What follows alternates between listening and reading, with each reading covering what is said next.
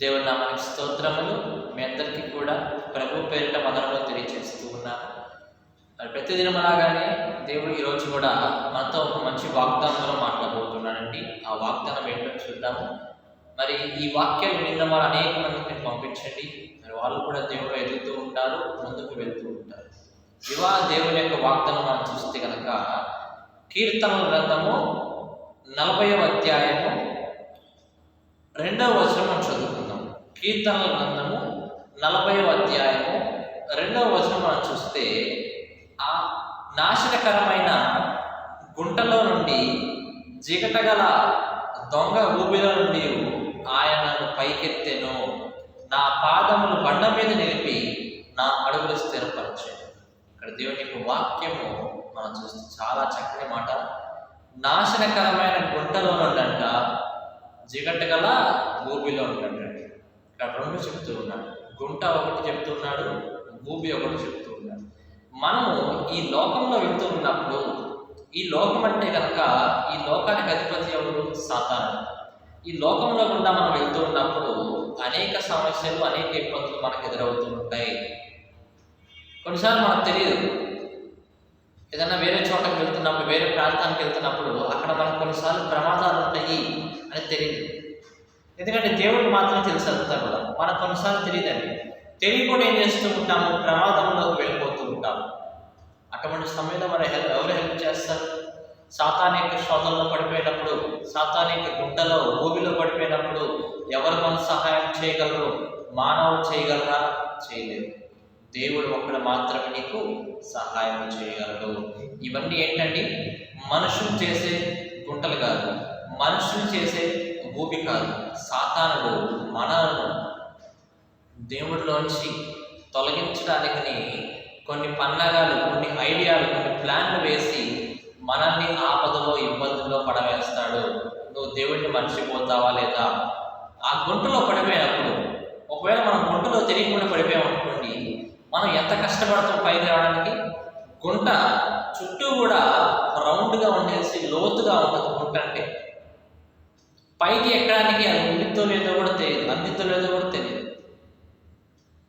అంత చీకటిలో మనం బ్రతకాలి ఎప్పుడు గుంటలో ఉన్నప్పుడు. అయితే యోసేపు విషయంలో మనం చూస్తే ఎండిపోయేటువంటి బావిలో అతన్ని పడవేశారు. యోసేపు తన అన్నలు ఎండిపోయేటువంటి బావిలో అతన్ని పడవేసినట్లుగా మనం చూస్తూ ఉన్నాం. అయినను దేవుడు అతనికి తోడుగా ఉండి లేవనెత్తాడు. అలాగే గుంటలో పడినప్పుడు మనకు కూడా లేవనెత్తుతుంటాడు. అలాగే ఊబిలో అంటూ ఉన్నాడు. మనం చూస్తే ఊబి అనగా అది మనం జస్ట్ అడుగు పెడితే చాలు, మనల్ని ఏం చేస్తూ ఉంటుంది? కిందకి లాగేస్తూ ఉంటుంది. ఊబి అంటే అది జిగటగల ఊబి. మరి అది మనల్ని ఏం చేస్తుంటే లోపలికి లాగేస్తూ ఉంటుంది. ఒక్కసారి కనుక సాతాను శోధనలు మనం పడితే సాతాను మనల్ని ఆ వలలోకి లాగేయడానికి చూస్తూ ఉంటాడు. చిన్నగా క్రమంగా మనలను నరకానికి తీసుకువెళ్ళిపోవాలని చెప్పి చిన్నగా లాగుతూ ఉంటాడు. ఎవరు? సాతాను చిన్నగా లాగుతూ ఉంటాడు. మనము దేవుడు చేయబట్టుకోవాలి. పేతురు విషయంలో మనం చూస్తే క్రొత్త నిబంధనలో దేవుడి శిష్యుడైనటువంటి పేతురు యేసుక్రీస్తు వారు ఎప్పుడైతే అలల మీద నడిచి వస్తూ ఉన్నాడో అటువంటి సమయంలో మరి పేతురు అన్నాడు, ప్రభువా నువ్వే అయితే కనుక నేను నీళ్ళ మీద నడిచినట్లుగా ఆజ్ఞాపించు ప్రభువా అన్నాడు. యేసుక్రీస్తు ప్రభువా నీవన్నిట్లే రాయ్యా, నా దగ్గర నడుచుకుంటా నా దగ్గరికి వచ్చేసి అన్నాడు. కొంచెం వెళ్తూ ఉన్నాడు పేతురు, కొంచెం దూరం వెళ్ళాడు. అప్పుడు దాకా తన యొక్క గురి అంతా కూడా, తన యొక్క చూపు అంతా కూడా యేసుక్రీస్తు ప్రభువారి వైపు మాత్రమే ఉంచాడు. కొంచెం దూరం వెళ్ళిన తర్వాత ఏమైందండి? ఆ చుట్టూ ఉన్నటువంటి గాలిని, ఆ అలలను చూశాడంట పేతురు. ఏం చేశాడు? ఎప్పుడైతే తన యొక్క కాన్సన్ట్రేషన్ మరి ఆ యొక్క దృష్టి అంతా కూడా దేవుని వైపు నుంచి పోయి పక్కనటువంటి లోకం వైపు చూశాడో ఏమైపోతూ ఉన్నాడు? మునిగిపోతూ ఉన్నాడు. అలా మునిగిపోతూ ఉన్నప్పుడంట పేతురు ఒక మంచి పని చేశాడు. కేకలు వేశాడు. ప్రభువును కాపాడినాయని చెప్పి బిగ్గరగా కేకలు వేసినట్లుగా మనం చూస్తున్నాం. ప్రియా దేవుని బిడ్డలారా, ఈ కేకలు వేయటమైనటువంటి అనుభవం మనకు కూడా ఉండాలి. ఎప్పుడు ఉండాలి? మనము సాతానిక శోధనలో పడిపోయినప్పుడు మనం దేవుని ప్రార్థన చేయాలి. ప్రార్థనలో మనం కేక రక్షించిన ఆయన, ఇబ్బందిలో గుంటలో ఊబిలో నేను పడిపోయాను, నన్ను రక్షించి ప్రభు అని మనం కేకలు వేయాలని ప్రయత్నించారు. పడిపోతే కనుక అంతే ఉండేసేసి మనము అజ్ఞానంలో వలె ఆ ఊపిలోని మనం ఉండిపోవడానికి వీల్లేదు. మనం పైకి రావాలి, పరలోక రాజ్యం మనం చేరాలి. ఏమంటే పైకి రావాలి, దేవుళ్ళు మనం పైకి రావాలి, చివరికి మనం పరలోక రాజ్యం మన ఆత్మ చేరాలి. కాబట్టి ఆత్మ చేరాలంటే నువ్వు ఏదైతే ఊపిలో శ్రమంలో ఇబ్బందులు పడిపోయి ఉన్నావో ఆ శ్రమల నుండి దేవుని దగ్గర కేకలు పెట్టు, ప్రభు రక్షించిన ఆయన. ఎప్పుడైతే పేతురు ఆ విధంగా చేశాడో వెంటనే యేసుక్రీస్తు వారు చేయి పట్టుకొని, పేతురు యొక్క చేయి పట్టుకొని పైకి లేవనెత్తినట్లు మనం చూస్తున్నాం. ఎంత గొప్ప అనుభవం చూడండి.